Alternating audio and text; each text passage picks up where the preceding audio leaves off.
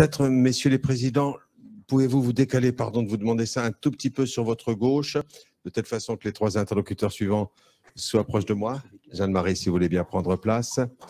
Pierre Pelouzet, le médiateur des entreprises, et Frédéric Wisnowski, le médiateur du crédit, et Jeanne-Marie Prost, que nous connaissons, qui vient toujours ouvrir ses assises pour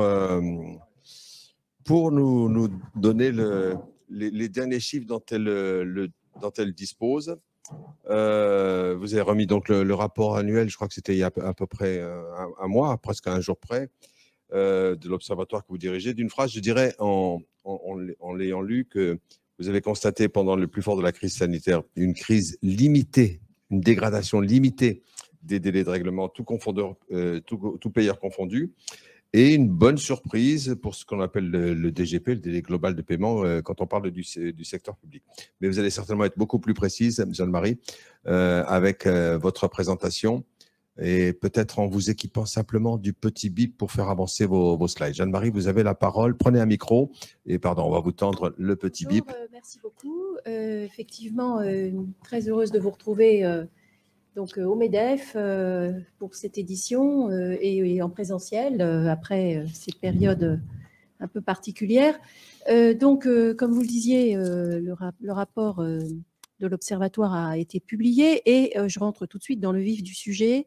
Ce qui était évidemment très attendu, c'était de savoir ce qui s'était passé en 2020. Alors, je vais tout de suite cliquer sur la première slide.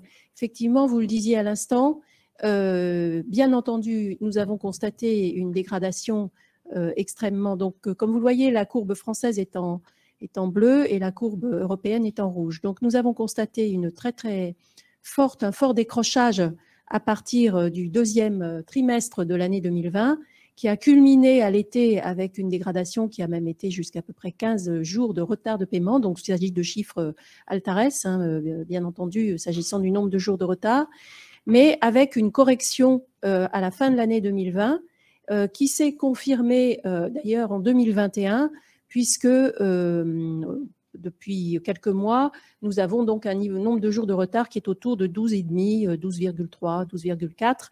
Donc, nous n'avons pas encore retrouvé le niveau d'avant-crise qui était très encourageant, puisqu'on était en dessous de 11 jours de retard.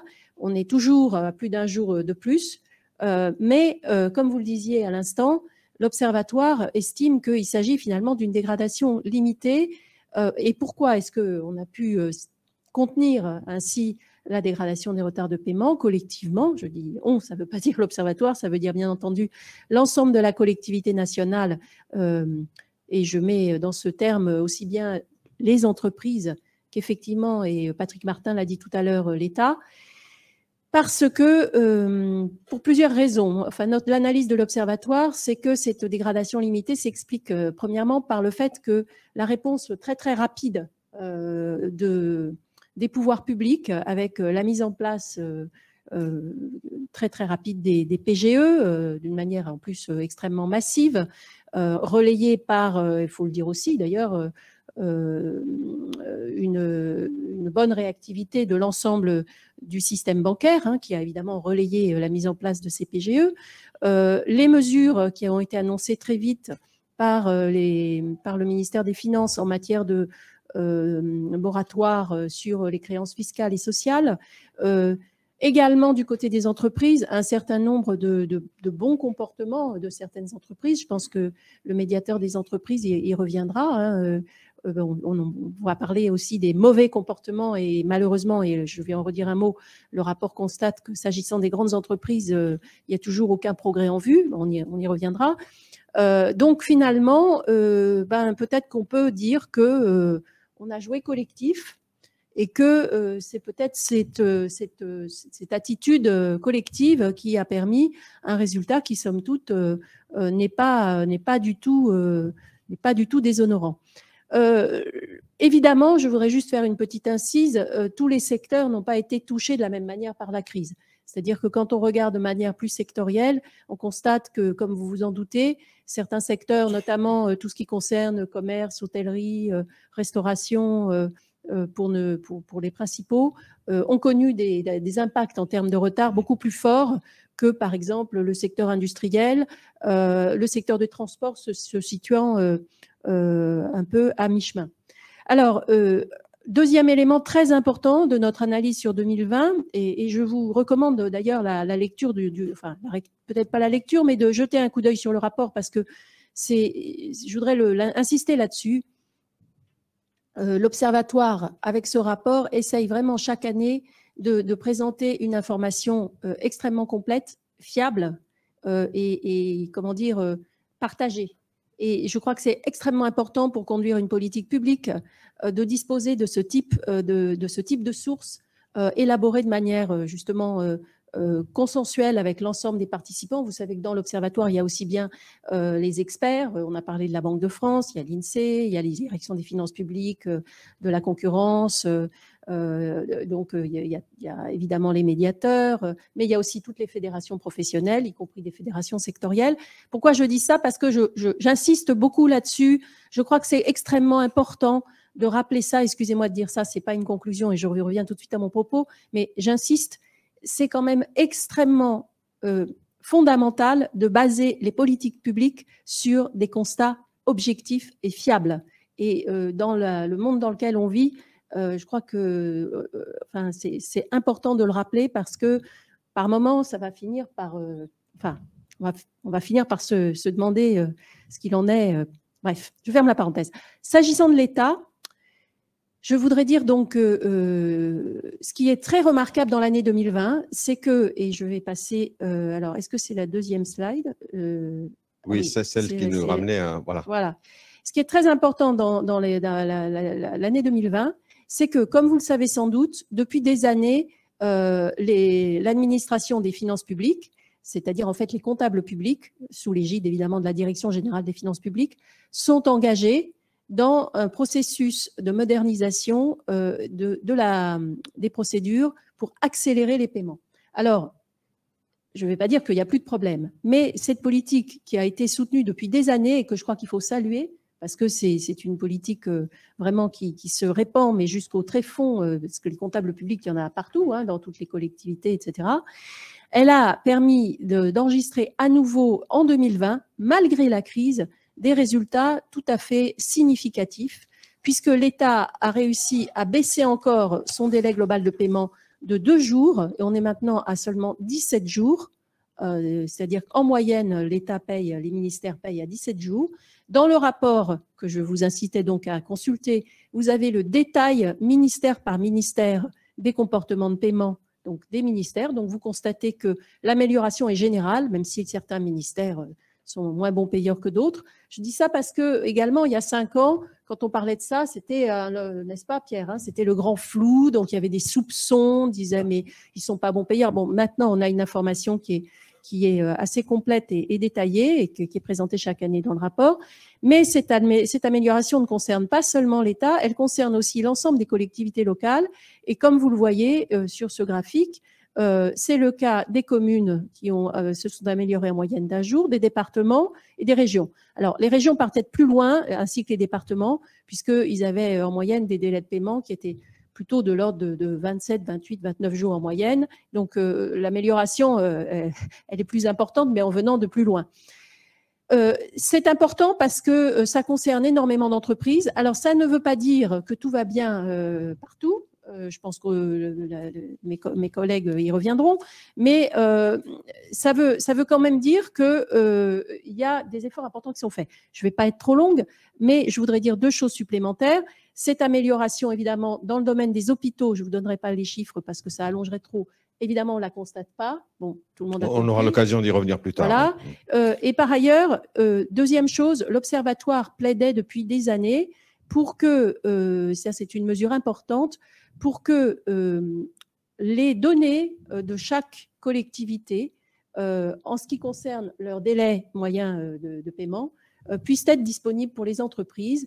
Et cette démarche va s'ouvrir, ce qui veut dire que dans les mois qui viennent, les entreprises pourront disposer de l'information lorsqu'elles seront en contact avec une entreprise, une collectivité. Alors, je vois que Ah non, c'est pas ça. Alors, pardon. Non, non, là vous empiétez alors, sur notre ami Frédéric. Je voudrais revenir sur la dernière slide. Voilà, pour conclure, voilà, sur la dernière slide, ce qui me permet de conclure, la dernière slide que je ne sais pas comment passer. La précédente, écoutez, la régie va nous faire revenir en arrière. La dernière chose que je voulais dire, c'est que cette année 2020 s'inscrivait dans un paysage 2019 qui était très très bon, puisque en 2019, pour la première fois depuis 5 ans, donc c'est encore avant, voilà. On avait, et c'est la dernière, ça sera ma conclusion, on avait, en ce qui concerne les délais de paiement, aussi bien les délais clients que les délais fournisseurs, on avait enregistré une baisse de ces délais. Et donc, je dis ça parce que c'était quand même un élément d'optimisme et qui concernait quand même l'ensemble de l'économie. Et en conclusion, je voudrais dire qu'on peut donc dire que la situation finalement est tout à fait sous contrôle. En revanche, il reste des points de grande préoccupation et l'Observatoire voudrait à nouveau rappeler que du côté des grandes entreprises, certes, certaines sont tout à fait vertueuses, mais il y a encore beaucoup trop de grandes entreprises qui ont des comportements totalement inacceptables. Je me réjouis que pour la première fois dans le rapport de cette année, la DGCCRF a d'ailleurs donné les noms d'un certain nombre d'entreprises les plus mauvaises payeurs qui ont été sanctionnées pour certaines à hauteur de 2 millions d'euros. Voilà. Merci beaucoup Jeanne-Marie, c'était très précis comme toujours et on rappelle qu'effectivement on peut toujours aller consulter le détail de votre rapport annuel. Pierre Perlouzet, médiateur national des entreprises, vous allez bien. Votre rôle de médiation interentreprise a d'une certaine façon été encore plus visible pendant la crise, j'allais dire, avec le comité de crise, dont vous allez nous dire un mot. Mais en faisant ma petite revue de presse, en préparant ces assises, j'ai trouvé 2 articles qui vous concernaient. Vous déclariez aux Parisiens, je crois il y a un mois, le sujet numéro 1, c'est toujours le retard de paiement. Et dans la tribune, plus récemment, vous annonciez au même moment le lancement de la charte et du label Relations fournisseurs responsables. Comment les 2 sujets sont liés dans votre présentation ? Merci Rachid. Déjà, je me joins à tous pour dire combien on est heureux de vous retrouver à la fois en présentiel et en distanciel. Je crois qu'on est en train d'apprendre à tirer le meilleur de tout ce qu'on a appris, c'est-à-dire à la fois avoir la présence physique qui fait du bien et à la fois permettre à des centaines de personnes, je crois ce matin, de nous suivre en distanciel. Donc, plus de 350 au départ. 350, c'est magnifique et ça prouve que ce sujet reste d'actualité. Pour répondre à ta question, Rachid, on se tutoie, donc je continue. Hein, on n'est pas à la télé ou à la radio, on peut le faire comme en vrai. On a vécu quelque chose d'extraordinaire et qui va reprendre un peu tout ce que tu as dit. Et de manière intéressante, moi j'étais passionné quand l'Observatoire est sorti de voir combien ça correspondait à ce qu'on a vécu. Hein, ce qu'on a vécu, c'est effectivement fin 2019, début 2020, le nombre de médiations sur les délais de paiement se stabilisait. On voyait que quand même le sujet commençait à s'améliorer. Et puis d'un coup, mars 2020, une explosion, multipliée par 10 en quelques jours. Les saisines, les appels, les mails, etc. Et en particulier sur ce sujet des délais de paiement, mars, avril, mai, juin, ça a été un tsunami de saisine qui correspond bien à la courbe qu'on a vue et qui nous a amené effectivement à réagir. Et avec mon ami Frédéric, on a évidemment alerté, aussi bien côté Banque de France, le gouverneur s'est saisi du sujet, évidemment Bruno Le Maire s'est saisi du sujet et nous a demandé de mettre en place ce comité de crise que tu mentionnes, qui avait vocation non pas à remplacer les médiations, on a continué bien entendu et on continue à faire des médiations parce qu'il faut apporter des solutions immédiates à ces PME, ces TPE, ces artisans qui ont une difficulté avec un client et qui ne veulent pas en plus se fâcher avec le client. Donc la médiation reste leur outil numéro 1 pour répondre à cette problématique. Mais en même temps, se disait, c'est pas suffisant en temps de crise d'avoir juste, entre guillemets, la médiation. Il faut qu'on ait un outil percutant qui aille toucher ceux qui structurent l'économie et qui ne jouent pas le jeu. En l'occurrence, les grandes entreprises, les grandes administrations. Donc, on a mis en place ce comité de crise. Patrick l'a dit tout à l'heure. On a voulu que tous les représentants de l'économie française soient avec nous. Ça a été une des caractéristiques fortes de ce comité de crise. On avait la FEB pour les grandes entreprises, le MEDEF, on a toujours, d'ailleurs, je dis on avait, ce comité continue à se réunir, le CPME, l'UDP, les chambres de commerce, les chambres des métiers, la DGCCRF, tout le monde autour de la table a fait remonter de l'information. Où sont les acteurs structurants qui sont en train de ne pas jouer solidaire et où sont aussi, Jeanne-Marie l'a dit, ceux qui jouent solidaire qu'on puisse mettre en avant. Et on a trouvé les deux. On a eu beaucoup d'interventions, il faut bien le dire, principalement, et là aussi je rejoins l'analyse, c'est assez intéressant, principalement sur des entreprises, très peu sur des administrations. ça rejoint encore une fois les chiffres qu'a montré Jeanne-Marie, des entreprises il y avait 3 typologies qu'on a pu noter. Il y a celles qui étaient en réelle difficulté. Même des grandes entreprises étaient en difficulté au début de la crise. Et là, on les a aidés, on les a accompagnés, notamment avec les équipes de Frédéric, à obtenir leur PGE, de manière à ce qu'ensuite, on puisse assurer qu'elles payent tout de suite leurs fournisseurs. Et on a fait le suivi, le PGE, l'obtention et le paiement ensuite directement de tous les fournisseurs.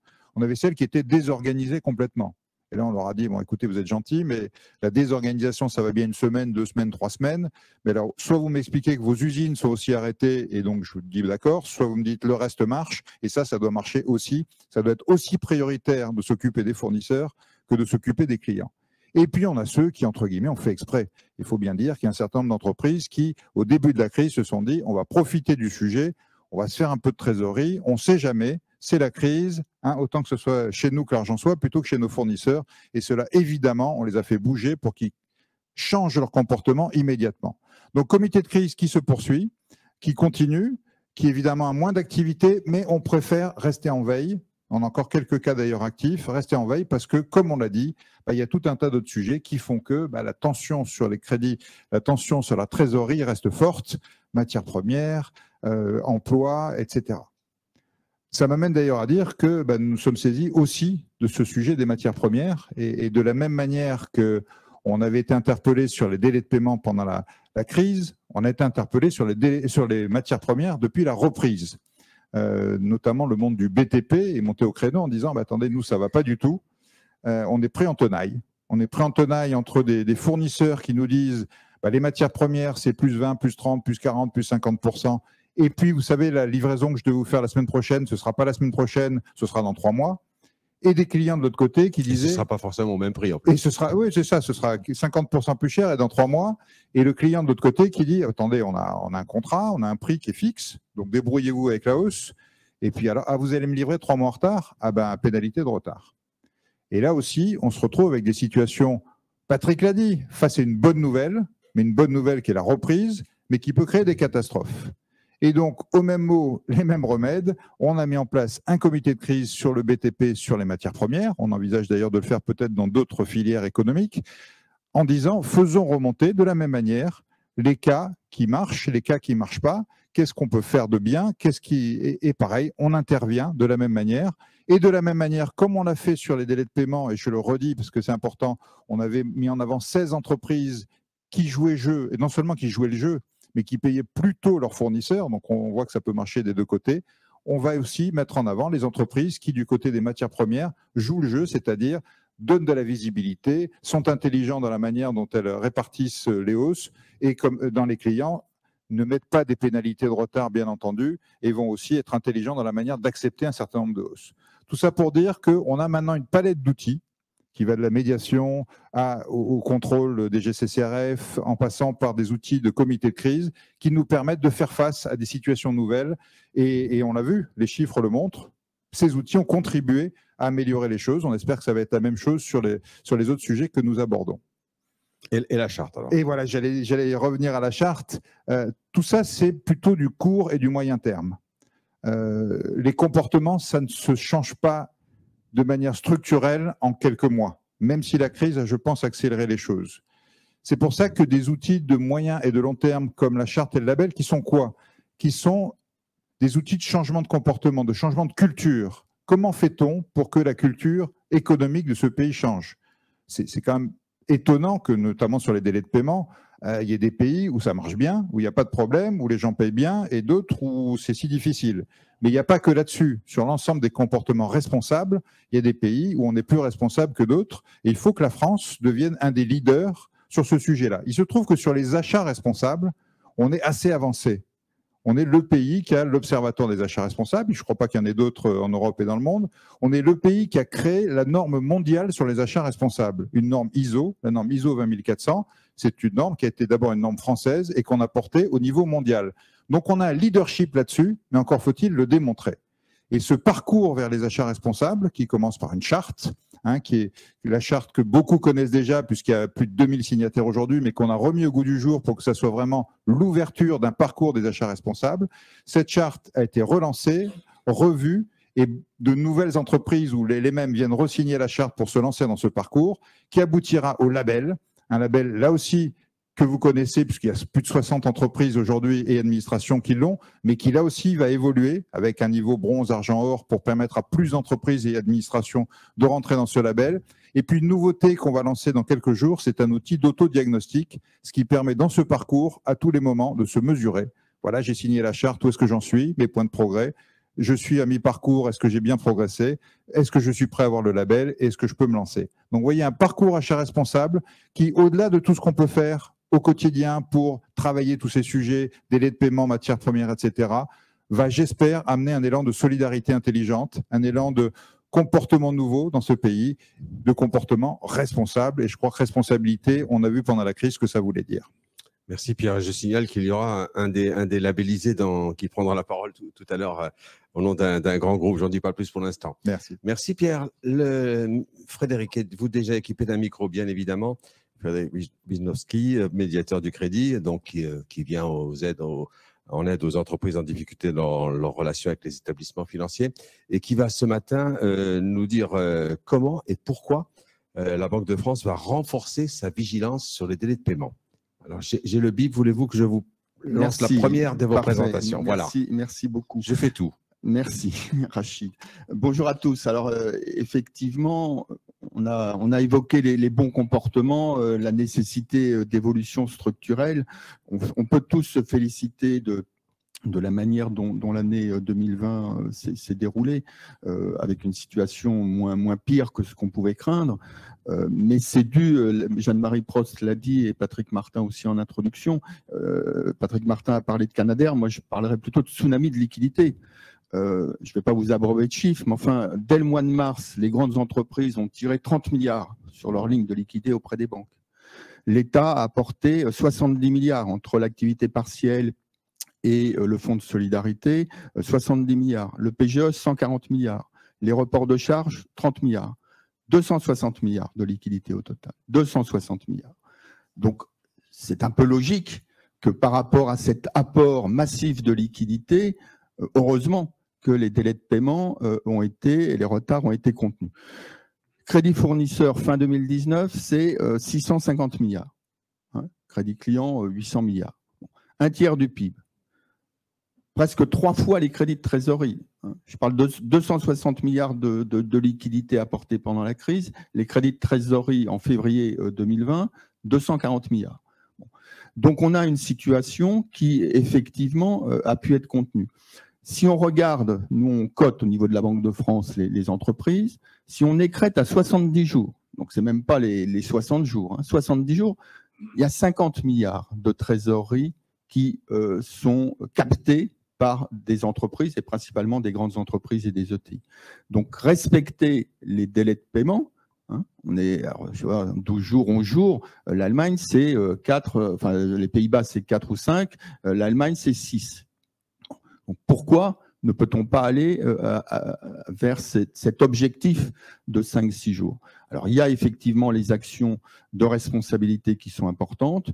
La Banque de France a estimé que dans le panel de mesures qu'il était possible de prendre, la cotation pouvait jouer un rôle parce que la cotation donne une vision de la manière dont l'entreprise se situe. À partir du moment où une entreprise a des retards de paiement, elle conserve de la trésorerie. C'est une trésorerie qui est faussement disponible en réalité, puisque c'est la trésorerie qui normalement aurait dû être utilisée pour payer les fournisseurs. Donc, au travers de la cotation, l'objectif que l'on a, c'est de corriger ce biais et de faire en sorte que les entreprises concernées reviennent vers des comportements normaux qui sont de payer dans les temps leurs fournisseurs. Donc, ce que l'on a prévu de faire, c'est de le faire de manière raisonnée, graduelle. Donc, on va commencer en 2022 sur les comptes 2021. Alors, quand je dis sur les comptes, parce que l'information dont on dispose, ce sont les bilans. Alors, le bilan n'est pas représentatif nécessairement du comportement pendant toute l'année, hein, mais donc on va regarder la situation des comptes, en commençant par les grandes entreprises et les ETI, donc cette masse de 50 milliards.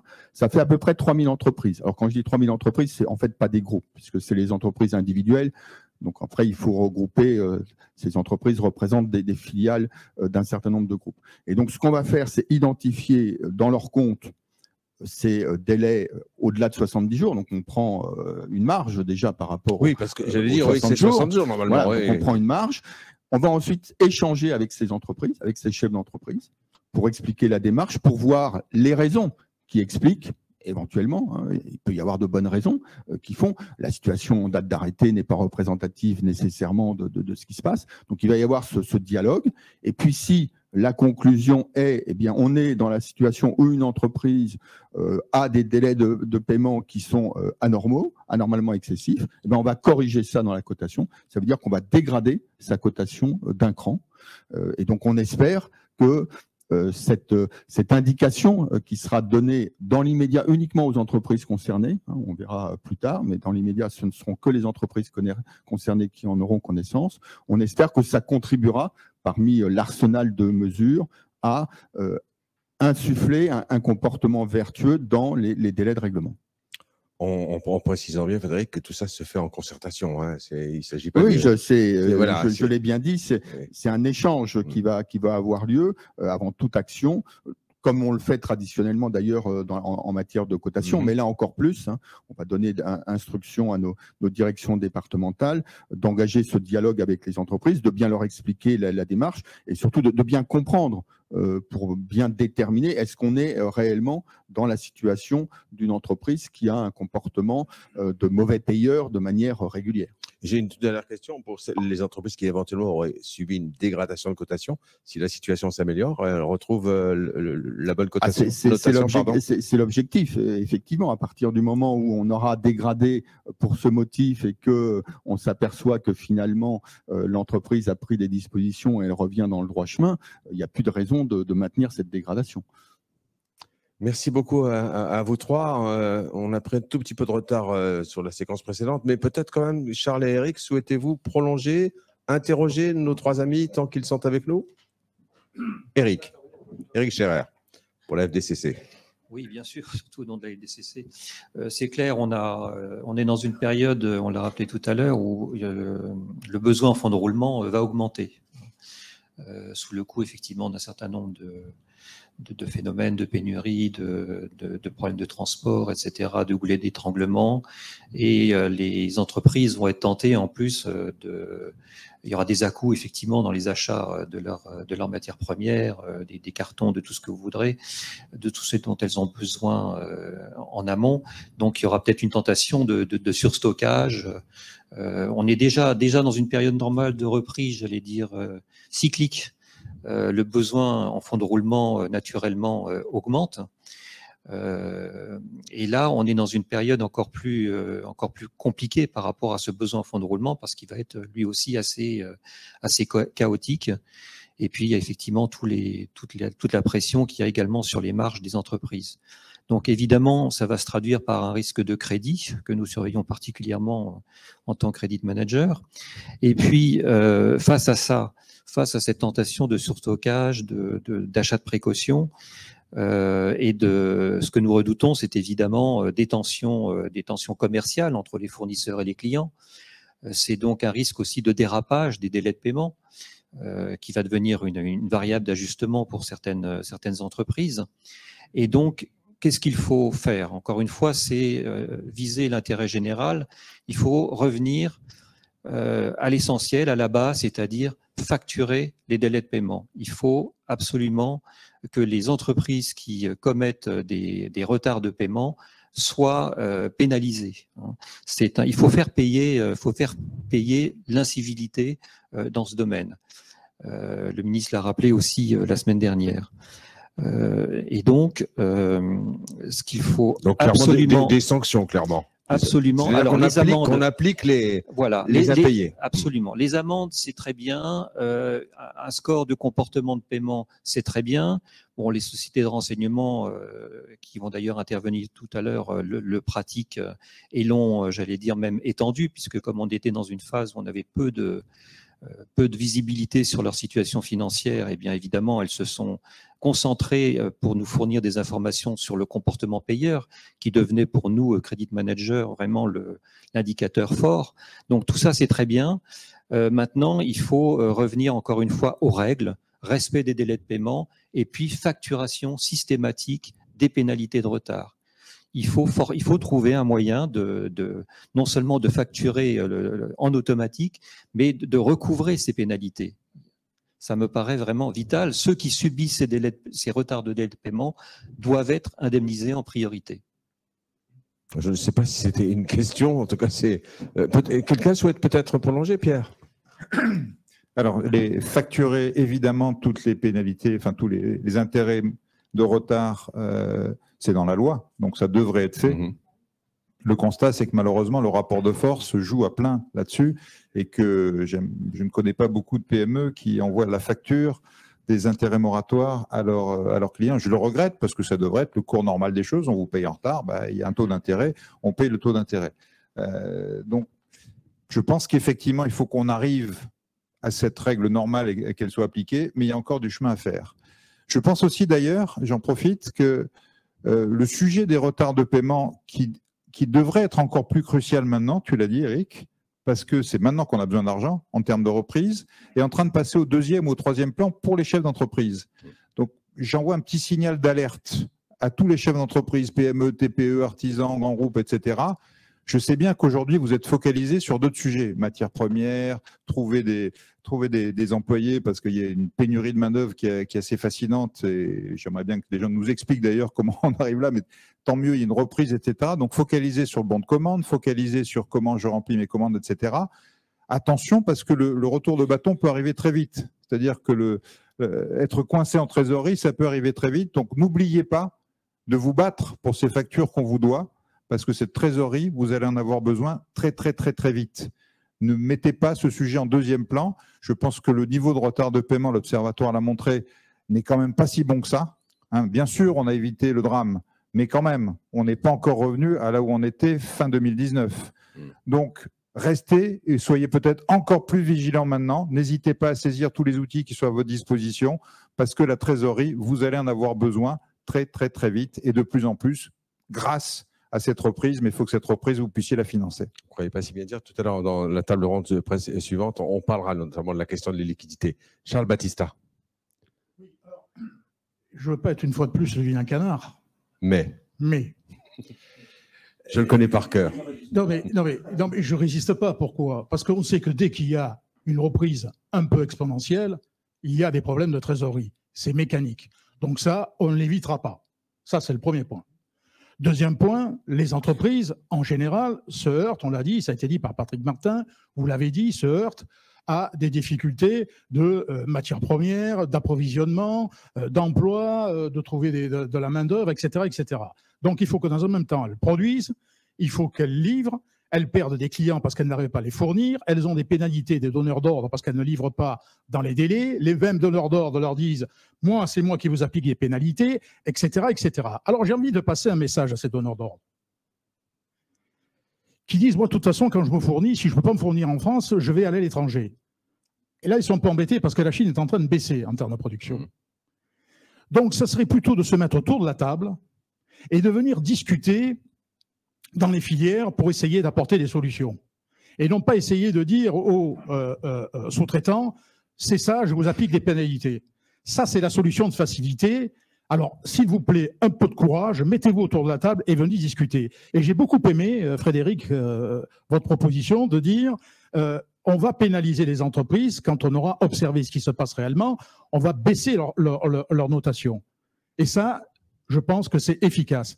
Parce que, et ça a été dit tout à l'heure, on a des acteurs qui viennent signer des chartes qui se mettent en avant. Alors certains sont très, les signent et les respectent, mais beaucoup ne les respectent pas. C'est je signe, je prends la photo et après je fais ce que j'ai envie.